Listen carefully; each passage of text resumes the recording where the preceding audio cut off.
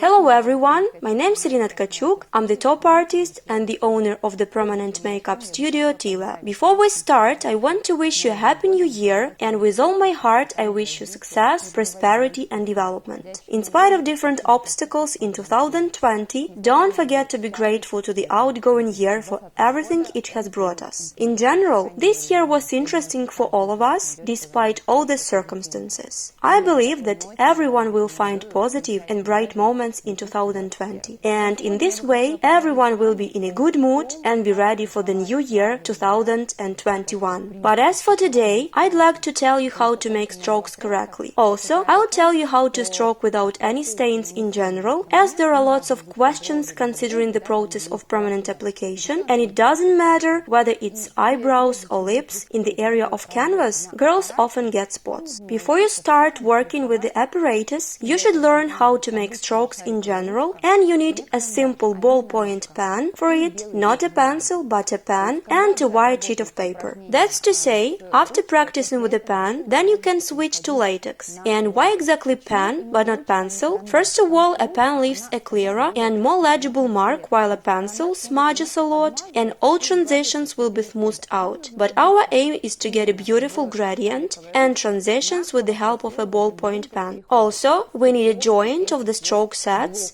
with which you actually create your brow or lips as well. Well guys, I've got a simple white sheet of paper and a simple ballpoint pen. Then you make a stroke. It should begin as if out of nowhere.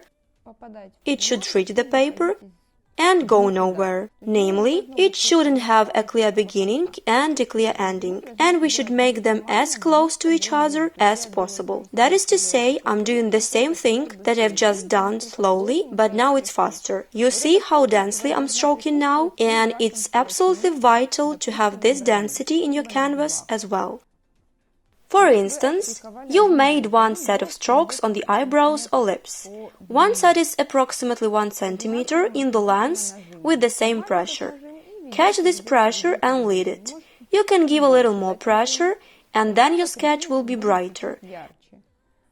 But for the first time, try to do it with the same push. After that, I've stopped giving pressure, and now my sketch will be a little lighter. As you see, in this way it's also possible, but my stroke remains parallel and dense, and I've already stroked my set. If I need to go down and stroke further, for instance, I need to make strokes in this area. That's to say, I'll begin to stroke one set, and the next one 20% lower and 80% covering the previous set. Namely, my stroke will begin here and it'll end here. In this case, there won't be any joints and missed spots.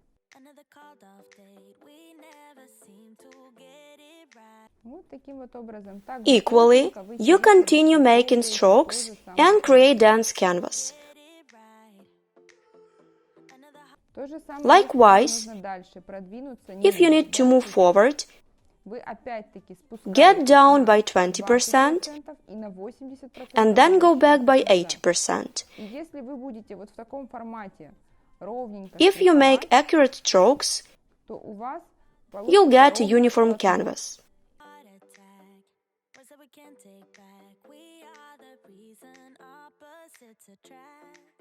Once you slam the door on the second floor, I regret it all.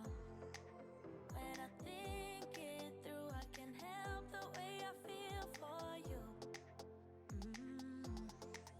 You make me lose my mind like all the time. It still feels right.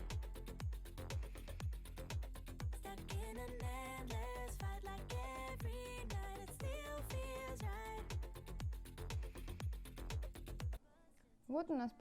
And here our result. If we make strokes everywhere like this, we get a very even canvas. Here the pen began to write worse, that's why I pressed it a little. But in general you see that the canvas is relatively even. In this way, you practice making strokes and work out the muscle memory in your hand. to get as even canvas as possible. You should get used to this system. It's very difficult to get a good result if you make strokes chaotically. That's to say, if you shade a little here and then a little there, you'll get these joints. If I make strokes here, for instance, I've shaded everything. After that, I have to make strokes further, and I'll do it in such a way, in this case, the transition will definitely be visible in the joint zone.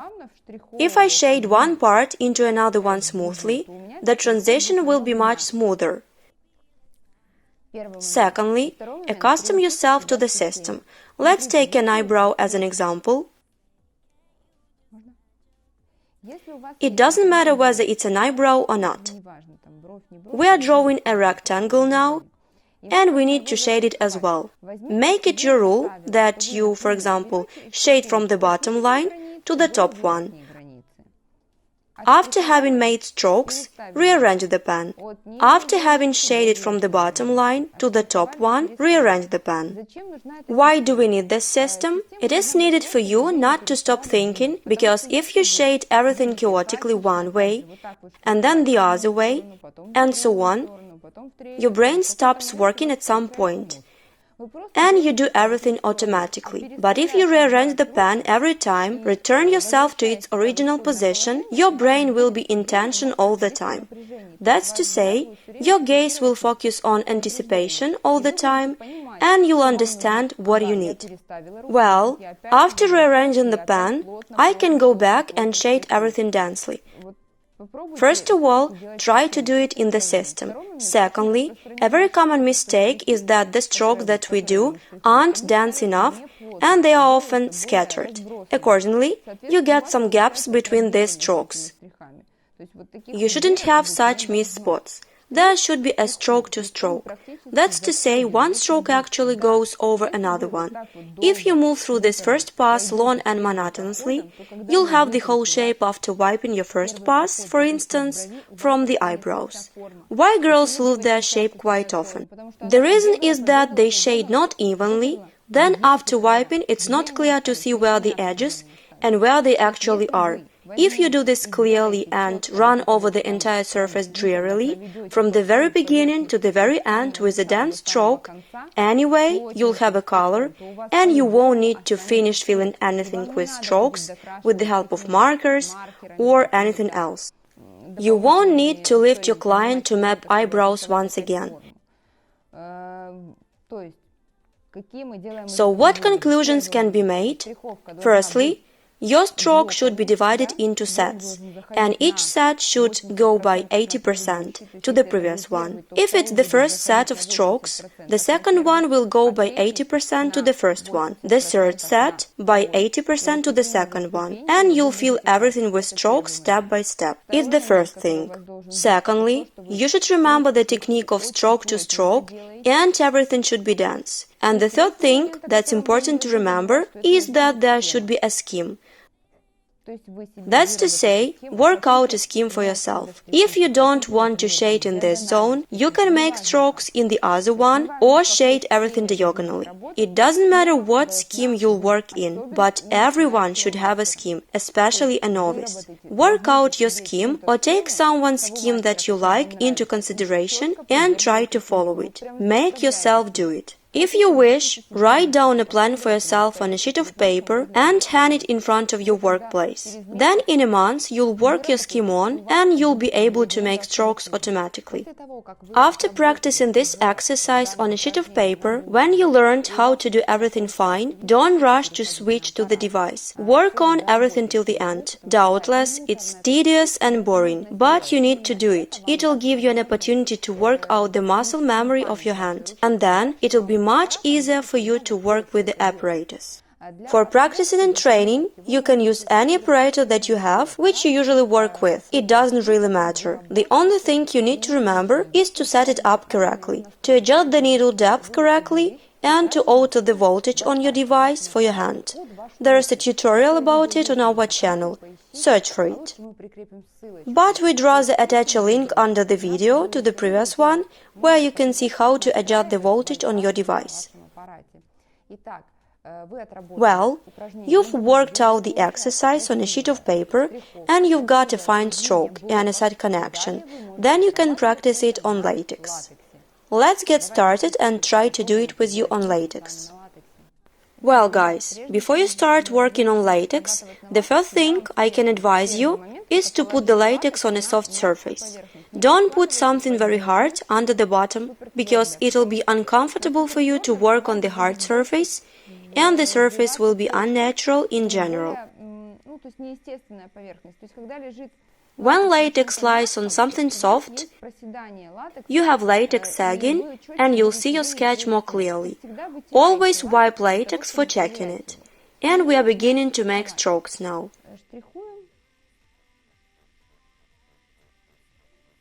We are doing the same way as we did it on the sheet of paper. You see that I'm doing everything tightly, stroke to stroke. I've stroked to the top line, I've gone down and again 20% lower moving to the previous stroke.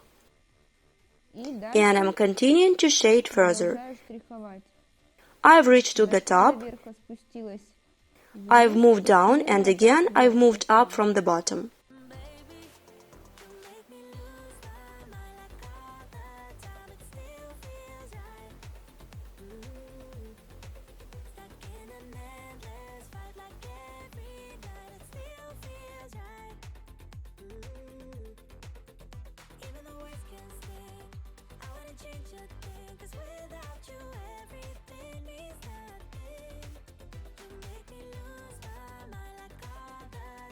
As you can see, we've got a pretty even surface filled with strokes, without any joints. We've got some gaps, but as it's our first fixing pass, it's okay, and you see how clear it is. It may not remain unclear, that's why you'll never lose the shape.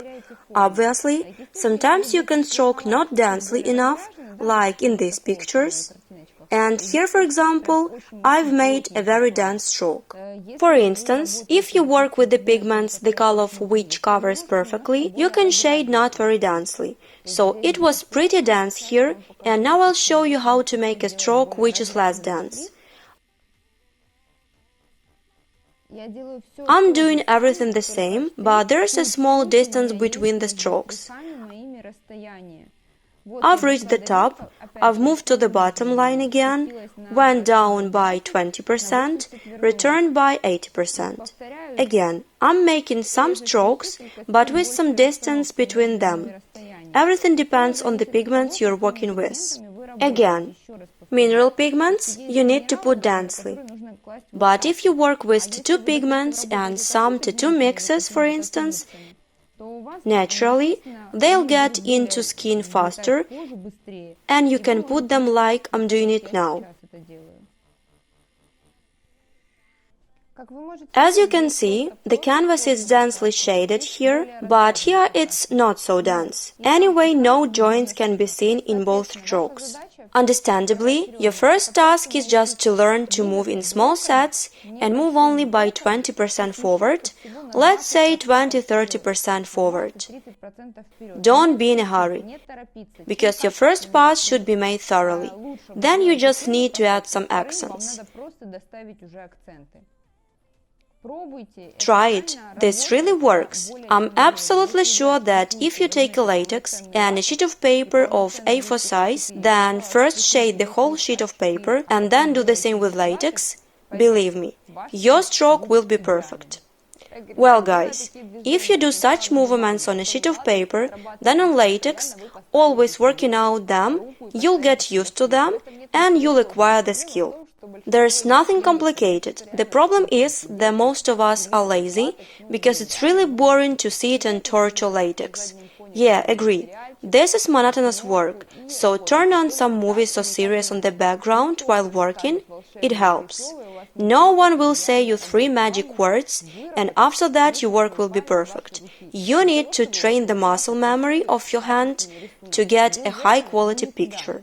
Really, it's unavoidable. That's why, before doing beautiful works, you need to spend a great deal of time on mastering your stroke. You can do it yourself. Roughly speaking, you'll do it in your office. If you do it at home, you'll take the device and it'll be tediously working. As New Year is coming, you have enough time to master your stroke and work it out on latex. So go ahead, that's all I can tell you. Well guys, thanks for your attention. Don't forget to put thumbs up and subscribe to our channel.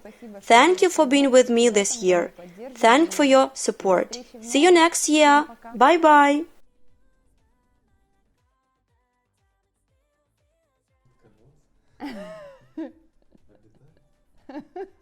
Почему утконос?